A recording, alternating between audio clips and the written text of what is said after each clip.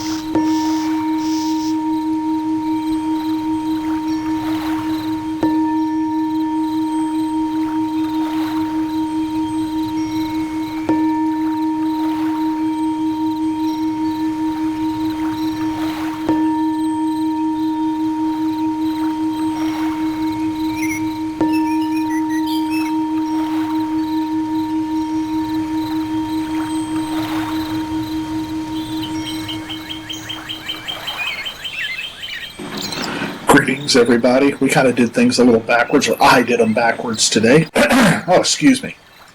Okay, so got to start out with this explanation again today. As you guys know, when I read fiction or read other stuff that isn't really Buddhist related, I tend to find things that can enhance practice. And that's kind of the idea today, too. We call this, or I'm going to call this, view with an if. IF. That little word. Because it's a powerful little word. It can be a guide in the practice of appropriate or right view. It can really help us to practice that particular aspect of the Eightfold Path, this little word if. But we have to be willing to question our views of every situation, and we got to question our views of how we are in any given moment. This whole if thing. So we can awaken our minds to the consequences of our actions by asking if. Where did I get this from? Well, I was reading a book by Neil Gaiman. You may be familiar with him. He's the author of the Sandman comics, and he did really amazing books like American Gods and The Ocean at the End of the Lane. But I was reading his book. It's called A View from the Cheap Seats. And this is a collection of his speeches and his essays and some other material. I came across in this book 3 statements that are made by science fiction and fantasy writers as they engage their imaginations. And I read them and I kind of thought about them, contemplated it a little bit because they struck me. And I realized how the statements that they offered could engage, we could use them to engage better how we view ourselves and the world around us. So applying them to practice, if you will, right? Because that's kind of what we do here. We talk about how we apply this to our practice. It's that whole experiential verification thing that I talk about so much. So by applying them to practice, you can realize their usefulness and value in gaining insight. Insight's very important for us as Buddhists, right? Insights into how we are, and then insight into how we interact with the world around us, too. That takes view, right? It takes appropriate view. Excuse me. So what are these three? All right. The first statement is, if only, ... So, if only I had, or if only they had, or if only it had. The next one is, what if, ... What if the sun didn't rise today? And then the last one, or the third one then, is, if this goes on, then what? So these are three statements that are made by science fiction and fantasy writers as they engage their imaginations. You know, if only this happens, or what if this happens, or if this goes on, what happens? And so they would build stories around these. So it got me to thinking about, we build our own stories, as we've talked about before. So I got to thinking about how many times, or let's put it a different way, I want you to think of how many times your mind has wandered into your past experiences, good or bad, doesn't matter. Well, it happens all the time, right?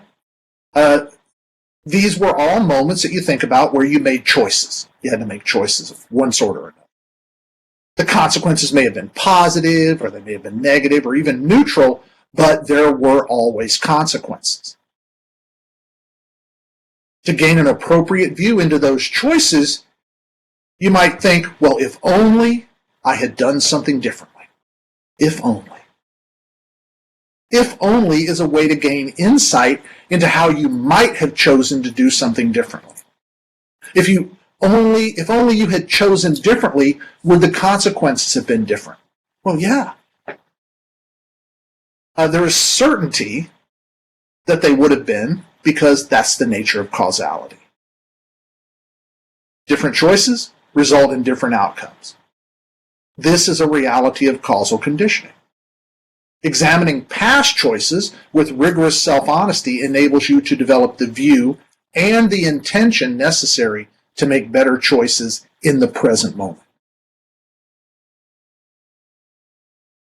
Again, I want you to think of the times you've thought, if only my life had been different. Well, you can't change the past, but you can use those past experiences and couple that with your imagination and construct a better life now in this moment. Don't stop at the thought. Don't later think, if only I had taken action.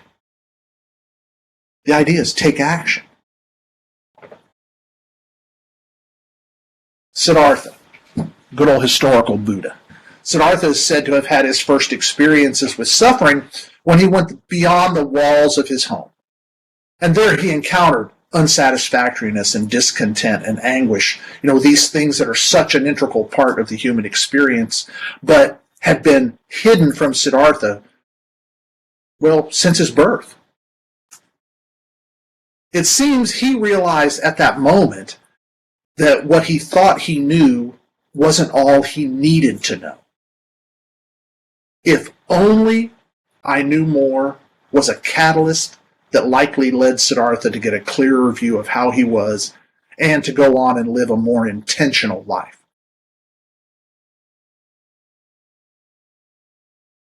If only. So in the Dhammapada, there's a verse in the Dhammapada, and it goes like this, quote, "Though month after month for 100 years, one should offer sacrifices by the thousands, yet, if only for a moment, one should worship those of perfected minds, that worship is indeed better than a century of sacrifice." Yet, if only for a moment. Well, this particular verse offers the view that if only for a moment you choose a better path, it is more valuable than any number of empty actions, like sacrifices, for example. So, offers the view that if only for a moment you choose a better path. If only.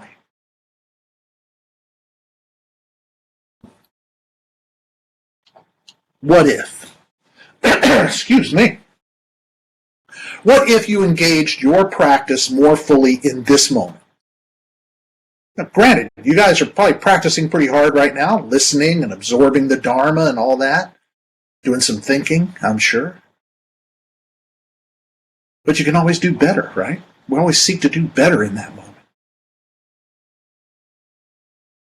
You won't know unless you transform your intent the answer to the question, what if? What if I engage my practice more fully? To live an intentional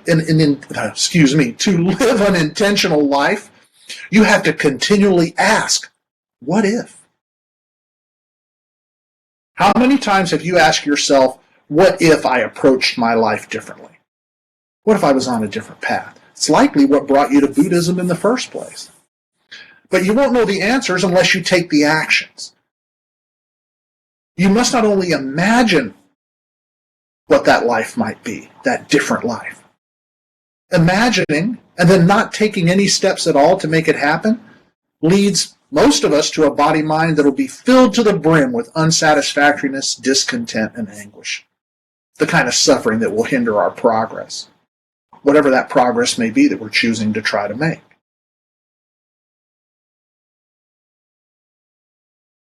So asking yourself, what if, is a path to an appropriate view. What if I meditate regularly and sincerely? What if I practice generosity of spirit? What if I am more mindful of how I am and focus on taking action to become how I want to be? Let those what if questions be the momentum to discovering answers. Oh, and even more questions. The Buddha offers answers from the knowledge he gained from his own experiences. You must intentionally engage the path in order to verify those answers yourself. Don't later think, what if I had taken action?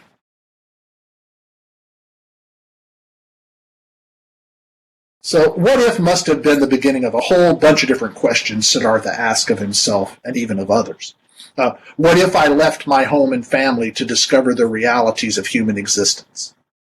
That's what Siddhartha did. In order to find the answer, Siddhartha had to take action. What if I sit under this Bodhi tree until I realize an answer to human suffering? Buddha did it. This led him to that realization, that very awakening, the answer to human suffering, or an answer at least. What if I offer what I have come to realize to others? Will they understand it? The Buddha asked that question, but he didn't know until he tried. The view that prompted his decisions began with, what if? What if they don't get it? What do I do then?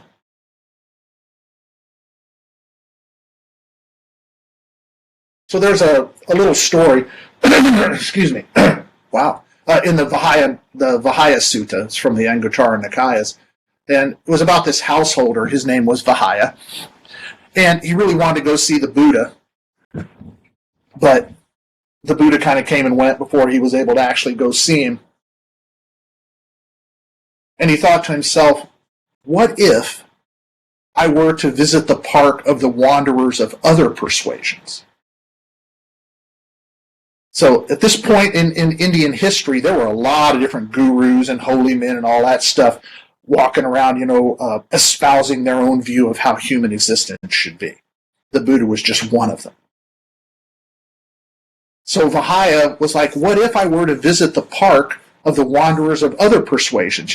Listen to the talk of others. Listen to the beliefs of others, the philosophies of others, the practices of others. So this led him then to experience the commitments of other belief systems and in the end, to more fully realize his own commitment to the Dharma. What if is also a path to lifelong learning. You got to learn to answer the question, right? What if? Excuse me again. And then asking yourself, if this goes on, what might happen? This is a realization of causality. When you ask yourself that question, if this goes on, we're looking directly at causality. You're looking at the idea, whatever action you take in the midst of whatever experience you're having is going to have consequences. And they're going to be wholesome or maybe unwholesome. So if this goes on, is the act of discerning what those consequences might be. If this goes on, what happens? It is the act of taking a broader view of things, especially a view outside yourself.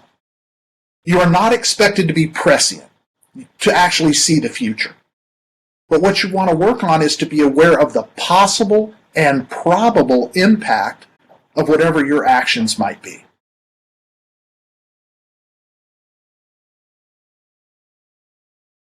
Habitual reactivities, wholesome or unwholesome, doesn't matter, can be more fully realized when if this goes on is applied.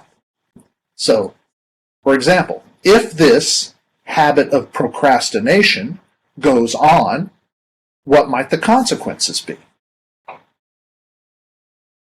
If this habit of generosity of spirit goes on, what might the consequences be?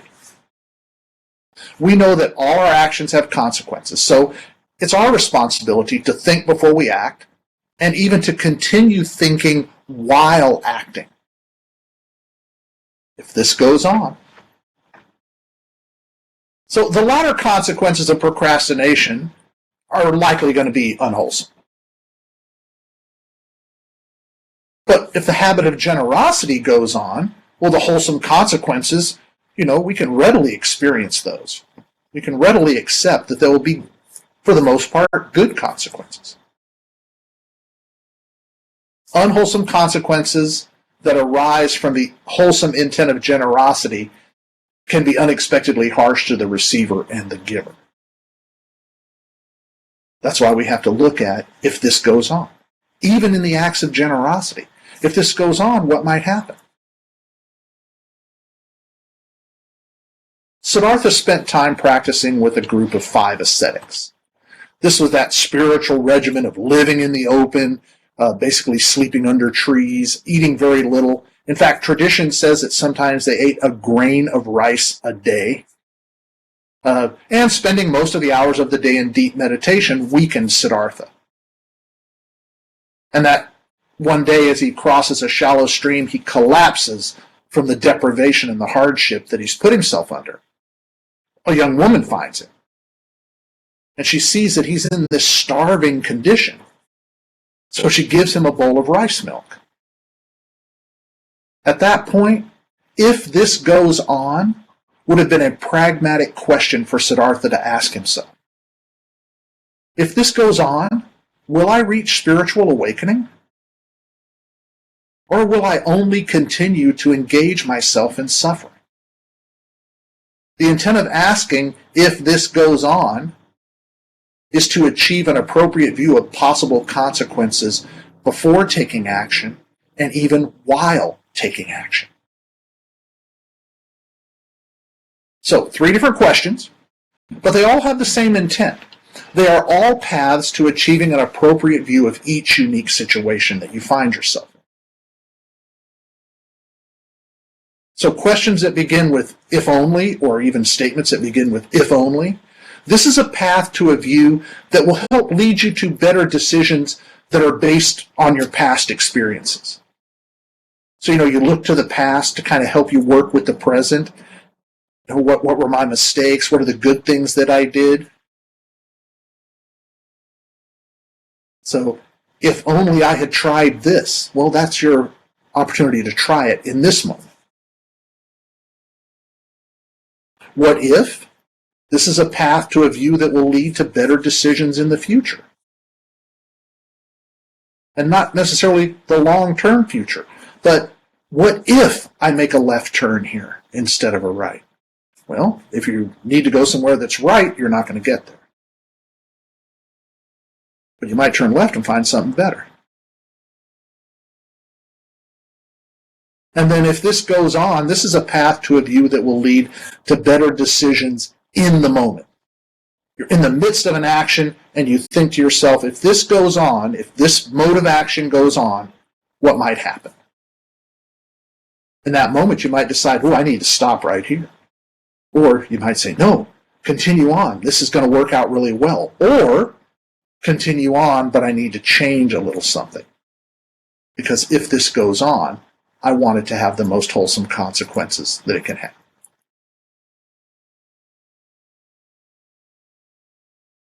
So again, we don't have to look to books or videos or YouTube or me always about Buddhist practice. Ways that you can enhance your Buddhist practice. Again, we can find these everywhere because the Dharma is everywhere. Just have to be open to it. Be mindful. Be open-hearted, open-minded.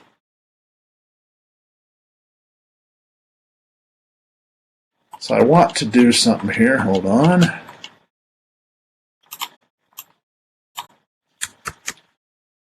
So again, these are the three. If only, what if, and if this goes on.